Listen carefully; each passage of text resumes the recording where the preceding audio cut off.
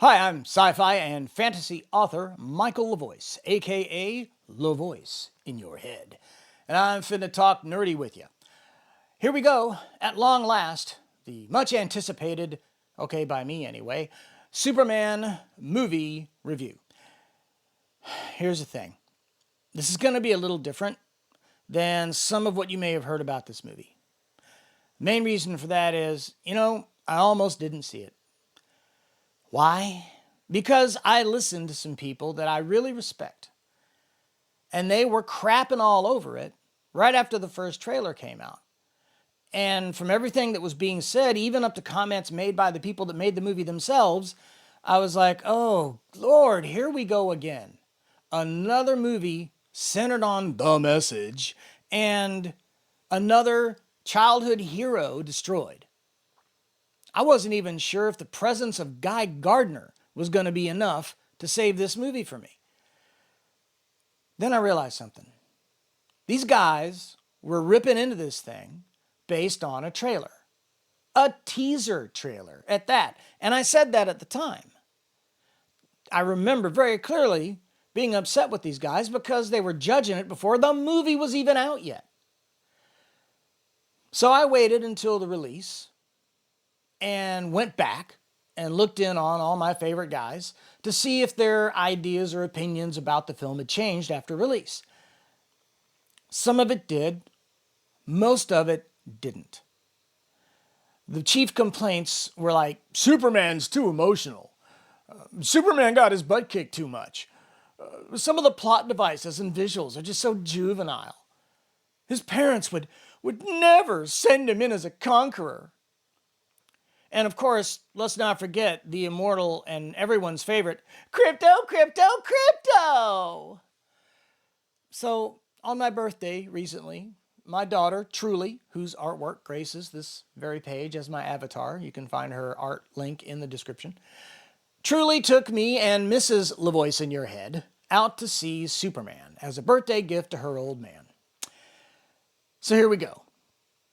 If you want the bottom line early as an excuse to shut this off and go watch something else, I'll just tell you right up front that I had a great time watching this film. And I think some of my favorite content reviewers have forgotten who these movies are made for.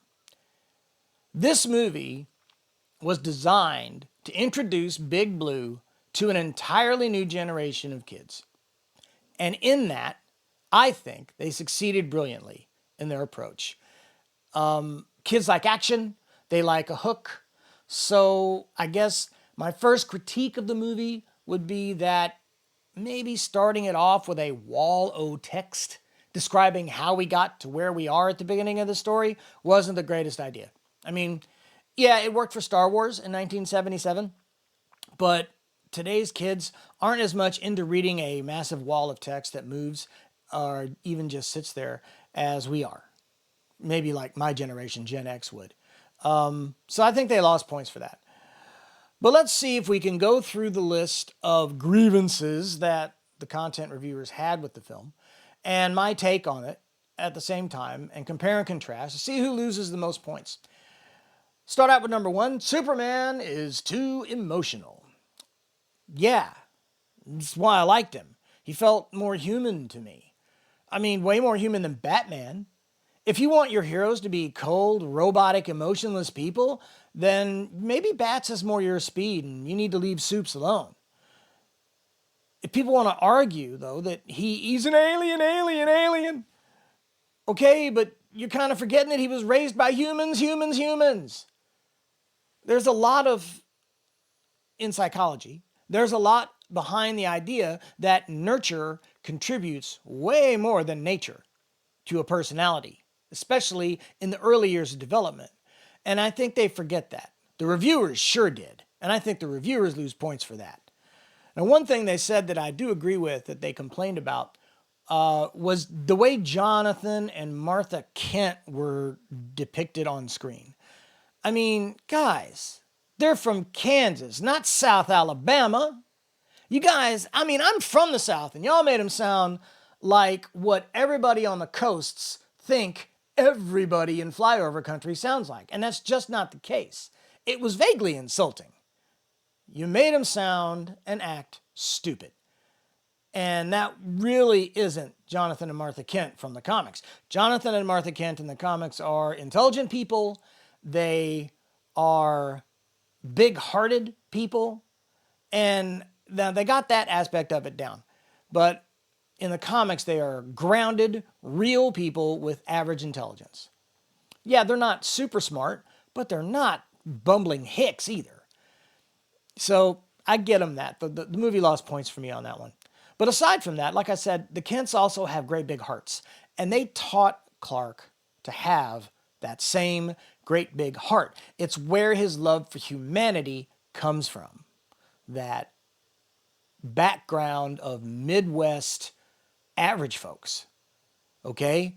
I think if Superman had grown up on one of the coasts, he would have been a lot more jaded, a lot more cynical, maybe even more Batman-like. I don't know. But, so Superman, I think, has always had that soft spot for humanity, and the Kents is where he got it. I think that's a plus. Superman gets his butt kicked too much. Okay, you know one thing these guys will also complain about endlessly? A hero that has it too easy. A hero that defeats his villains with apparent ease. A hero, you hear it every time a movie comes out, especially if it's a girl boss movie. They'll be like, oh, there's no learning curve. She's good at everything right off the bat. She's a Mary Stu. He's a Gary Stu. They're good at everything. This sucks. There's no arc.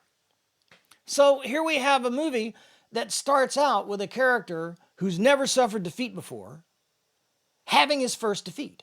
I do like the way they started as close to the ending as possible. That's kind of the way I do things. I like that. So kudos. But here we have a guy who suffers, and he doesn't come out on top right away. And then he suffers some more. And then his reputation's run into the dirt. Mild spoilers. And yeah, I said that too late, didn't I? And then he's trashed again before he gets to the point where he can overcome everything. And they whine about it. Pick one, would you? You can't have it both ways. You guys are never happy. I mean, there were multiple stories in the comics where Soups got his keister handed to him and came out on top.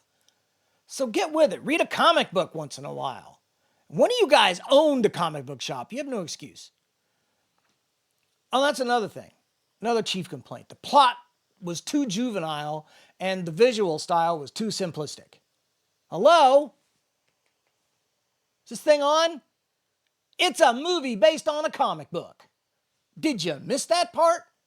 Yeah, there's an awful lot of convenience in the plot points. Luthor's pocket universe being chief among them. But you know what? Kids are not going to care. They're going to go, oh, pocket universe. Luthor needed a private place to hold political prisoners and torture and kill people. Okay, cool. And they move on. It's not that crucial to the story. The pocket universe actually did become a big plot point for the climax of the film. I'm not going to go more into that. You'll have to go see it for yourself and figure that part out. But it became important. Kind of a dumb idea? Yeah, okay, I'll grant you that. But kids aren't going to care. They just want the danger and the action part. The crap posting monkeys on the internet sitting in a room full of keyboards was kind of dumb to me as a visual on one level. But on another level, I like the idea of having a room full of monkeys banging away at keyboards. And while they didn't produce Shakespeare, they produced crap posting on the internet. And let's be honest, humanity, which is supposedly way smarter than monkeys, doesn't produce a whole lot that's worth reading after banging away at keyboards all day on the internet as a collective. So point your fingers carefully. That's all I'm saying.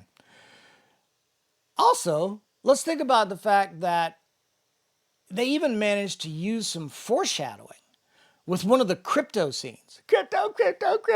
Yeah, crypto. One of his scenes contributed later to a little device that they used to help Superman defeat Ultraman. So it was very dog-like and it was fun. Look, while we're on the subject of crypto, let me get this out of the way. As a dog lover and the dad to a couple of giant fur babies, a German Shepherd and a Chow Lab mix, look, I love dogs, and I liked the crypto scenes. They were very cool, and the kids loved them. I think that DC is going to sell a metric butt ton of crypto plushie merch. And while we're on that topic, let's talk about this. You know what else is flying off the shelves lately? Yeah, that's right. Superman action figures, toys, and comic books. When's the last comic book movie you saw that boosted comic book sales? What was it, the first Avengers movie? Maybe? Just saying. They even explained the behavioral issues with crypto with the closing scene featuring Supergirl. And while I'm not really crazy with the direction they're taking Supergirl, apparently, they didn't ask me, so I'm just going to leave that there. While we're talking about comic book accuracy, by the way, let's talk about the idea that we have a whole scene with Lois and Clark having a serious heart-to-heart discussion, and behind them, in the background, we see Itzy from Green Lantern Comics being whacked around by a Green Lantern Power Ring generated baseball bat. That was so great. It was ridiculous, it was funny, and it was in complete contrast to the serious man-woman heart-to-heart discussion going on in the foreground. And if you haven't seen something nutty like that happen in a comic book, you haven't read comic books. Again, read a comic book. That was very comic bookery 101. Also, speaking of reading a comic book now and again, before I forget, let me address the really big one. That Kal-El's parents would never have sent him to Earth to be a conqueror. Of course they would. It's happened more than once in the comics when somebody re-envisioned the character, okay? Aside from the horror of, and going back to my nurture versus nature argument, the horror of Red Sun, where Superman was raised by the Soviet Union, there was also an Elseworlds tale in which the entire Kryptonian race came to Earth, not just Clark. And they became dictatorial in nature and just took over the planet. Now, for some reason, Clark still ended up being raised by Jonathan and Martha Kent and developed a soft spot for humanity and became humanity's champion against their Kryptonian overlords. And Batman was a terrorist and still the most dangerous man on the planet, which was cool. But look, Jor-El was a vicious bastard in that. So don't tell me the Kryptonians could not be dictatorial in nature. They very easily could. I thought it was a cool parenting message from Jonathan to help Clark see that just because his bio mom and dad wanted him to be Super Hitler, he didn't have to go down that path. He could reject that and choose his own. It's our choices that determine our character, not our programming. Did you guys learn nothing from Tron Legacy? Anyway, lastly, let's talk about supporting cast. They complained about Jimmy Olsen being a playa. I thought it was funny. It was a nice take on the character. The Jimmy Olsen from the CW Superman show was way cooler than traditional Jimmy Olsen. And this Jimmy Olsen was kind of a mix of those two. He was a playa and kind of cool on one hand, but he was also kind of a goofy kid on the other. And I like that. That was a nice contrast and a mix-up of the two character types for Jimmy Olsen. That was well done. Guy Gardner. My Lord in heaven. They totally nailed Guy Gardner. I am so excited for the Green Lantern TV show now, just based on this. Dude. Nathan Fillion for the win, okay? That was awesome. And Mr. Terrific, well, he was awesome. Amazing. Come on, I'm not that shallow. Hawk Girl. Yeah, okay, they were right about Hawk Girl. She was screechingly annoying.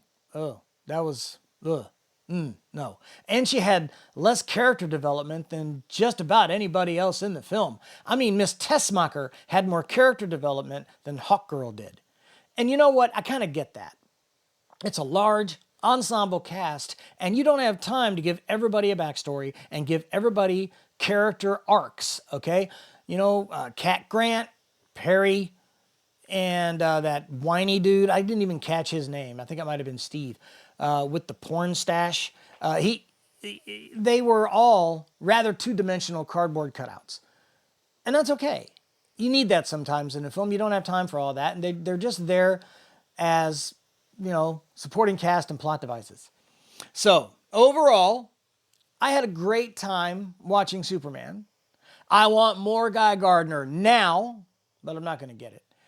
I think they got the balance of kid stuff to grown-up stuff exactly right.